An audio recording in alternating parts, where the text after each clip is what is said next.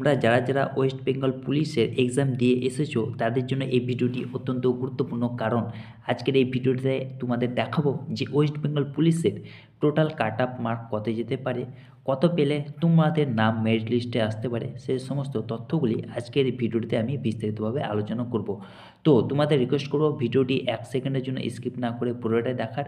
আর এই চ্যানেলে যদি নতুন হয়ে থাকে তো চ্যানেলটিকে অবশ্যই সাবস্ক্রাইব করে পাশে থাকা বেল আইকনটিকে অন করে রাখবে, যাতে করে এইরকম গুরুত্বপূর্ণ আপডেট পেতে কোনো রকম সমস্যা না হয়। তো বন্ধুরা, দেরি না করে চলুন শুরু করা যাক। তো বন্ধুরা তোমরা যারা ডাব্লিউবি কনস্টেবলের এক্সাম দিয়ে এসেছো তাদের জন্য এই ভিডিওটি অত্যন্ত গুরুত্বপূর্ণ, কারণ আজকের এই ভিডিওতে আমি তোমাদের দেখাবো ওয়েস্ট বেঙ্গল পুলিশের টোটাল কাট অফ মার্কস কত যাবে, কত পেলে তোমাদের নাম মেরিট লিস্টে আসতে পারবে, ইত্যাদি সমস্ত তথ্যগুলি আজকের এই ভিডিওটিতে আমি বিস্তারিতভাবে আলোচনা করব। তো তোমাদের রিকোয়েস্ট করবো ভিডিওটি 1 সেকেন্ডের জন্য স্কিপ না করে পুরোটা দেখার। আর এই চ্যানেলে যদি নতুন হয়ে থাকে তো চ্যানেলটিকে অবশ্যই সাবস্ক্রাইব করে পাশে থাকা বেল আইকনটিকে অন করে রাখবে, যাতে করে এইরকম গুরুত্বপূর্ণ আপডেট পেতে কোনো রকম সমস্যা না হয়। তো বন্ধুরা, দেরি না করে চলুন শুরু করা যাক। তো বন্ধুরা, প্রথমত হচ্ছে এক্সামের প্যাটার্ন হচ্ছে যে টোটাল 85টি তোমাদের মাল্টিপল চয়েস কোশ্চেন ছিল এবং টাইম ছিল মাত্র 1 ঘন্টা, অর্থাৎ 60 মিনিট।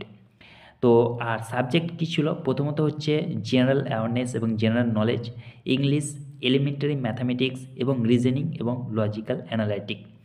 নেগেটিভ মার্কিং ছিল টোটাল 4টে ভুল হলে একটা তোমাদের 1 নম্বর নেগেটিভ মার্কিং ছিল। তারপর হচ্ছে যে কাট অফ মার্কস কত যাবে। এক্সপেক্টেড কাট অফ মার্কস হচ্ছে 85-র মধ্যে যারা জেনারেল ইউআর রয়েছে তাদেরকে পেতে হবে 50 থেকে 55, যারা ওবিসি এ রয়েছে তাদের পেতে হবে 45 থেকে 50, আর যারা ওবিসি বি রয়েছে তাদেরকে পেতে হবে 46 থেকে 50, আর যারা এসসি রয়েছে তাদেরকে পেতে হবে 40 থেকে 46, আর যারা এসটি রয়েছে অর্থাৎ শিডিউল কাস্ট তাদেরকে পেতে হবে 35 থেকে 40, আর যারা এক্স সার্ভিসম্যান রয়েছে তাদের কাট অফ যাবে 33 থেকে 25। তো এই হচ্ছে টোটাল কাট অফ। তোমরা নিজেদেরকে দেখে নাও যে কারা কেমন এক্সাম দিয়েছো, কি কেমন কটা অ্যান্সার করতে পেরেছো এবং কটার কোশ্চেনের অ্যান্সার সঠিক হবে, তারা কিন্তু এই কাট আপের মধ্যেই থাকবে। তারপর হচ্ছে বন্ধুরা, আরও তোমাদের অতিরিক্ত জানিয়ে রাখি যে এই ডাব্লিউবিপি কনস্টেবলের সিলেকশন প্রসেস হচ্ছে প্রথমত প্রিলিমিনারি রিটেন টেস্ট, যেটা তোমরা অলরেডি দিয়েছো। তারপর এই রিটেন টেস্টে তোমরা যদি পাস করে যাও তাহলে তোমাদের হবে পিএমটি অর্থাৎ ফিজিক্যাল মেজারমেন্ট টেস্ট। তারপর পিএমটিতে তোমরা যদি কোয়ালিফাইড করে যাও তাহলে 3 নম্বর হচ্ছে যে পিএটি অর্থাৎ ফিজিক্যাল এফিসিয়েন্সি টেস্ট। পিএটি হওয়ার পর তোমাদের ফাইনাল রিটেন এক্সাম হবে। তারপর রিটেন এক্সাম হওয়ার পর তোমাদের ইন্টারভিউ হবে। ইন্টারভিউ হওয়ার পর তোমাদের ডকুমেন্ট ভেরিফিকেশান হবে। তারপর last but not the least তোমাদের মেডিকেল এক্সামিনেশান হবে।